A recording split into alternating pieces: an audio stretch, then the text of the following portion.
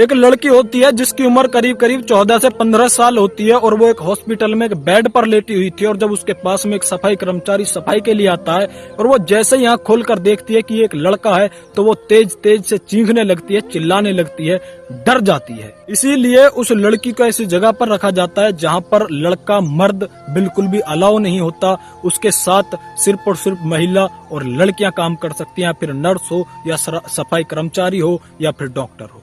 बात कुछ डरने वाली भी होती है क्योंकि 14 साल की लड़की होती है और उसके साथ में करीब करीब 18 लड़के उसका बलात्कार कर देते हैं, उसकी गैंग रेप कर देते हैं। राम राम, नमस्कार, सत श्री अकाल। मेरा नाम है जीत सेन। दोस्तों, सच्ची घटना है महाराष्ट्र के पुणे शहर की। उस लड़की की उम्र करीब करीब 14 से 15 साल होती है और वो एक लड़के से प्यार कर बैठती है और तो और उस लड़के से मिलने के लिए एक रेलवे स्टेशन पर भी चली जाती है, लेकिन वो लड़का उससे मिलने के लिए नहीं आता और वो लड़की उसके इंतजार में बैठी रहती है और रात हो जाती है।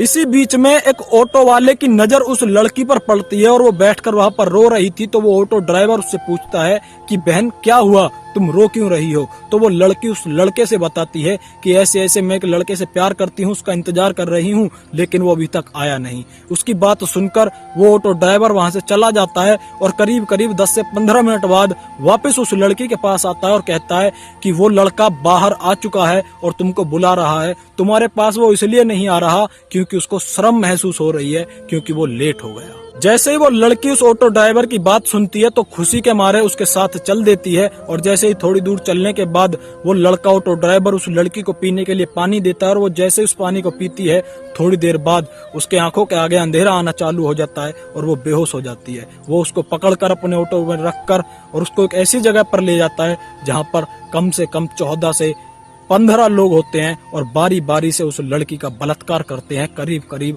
48 घंटे तक।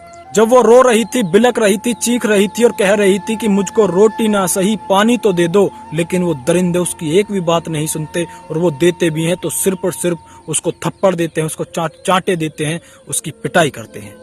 लगभग 48 घंटे के बाद वो ऑटो ड्राइवर उस लड़की को उसी स्टेशन पर छोड़कर चला जाता है जहां से वो उस लड़की को लेकर गया था और वहीं पर वो लड़की बैठकर रो रही थी। इसी बीच में एक सफाई कर्मचारी की नजर उस लड़की पर पड़ती है और वो अपने एक साथी को बुला लेता है और वो भी पूरी रात उस लड़की के साथ में दरिंदगी करते हैं, बदतमीजी करते हैं, उस लड़की के साथ बलात्कार करते हैं।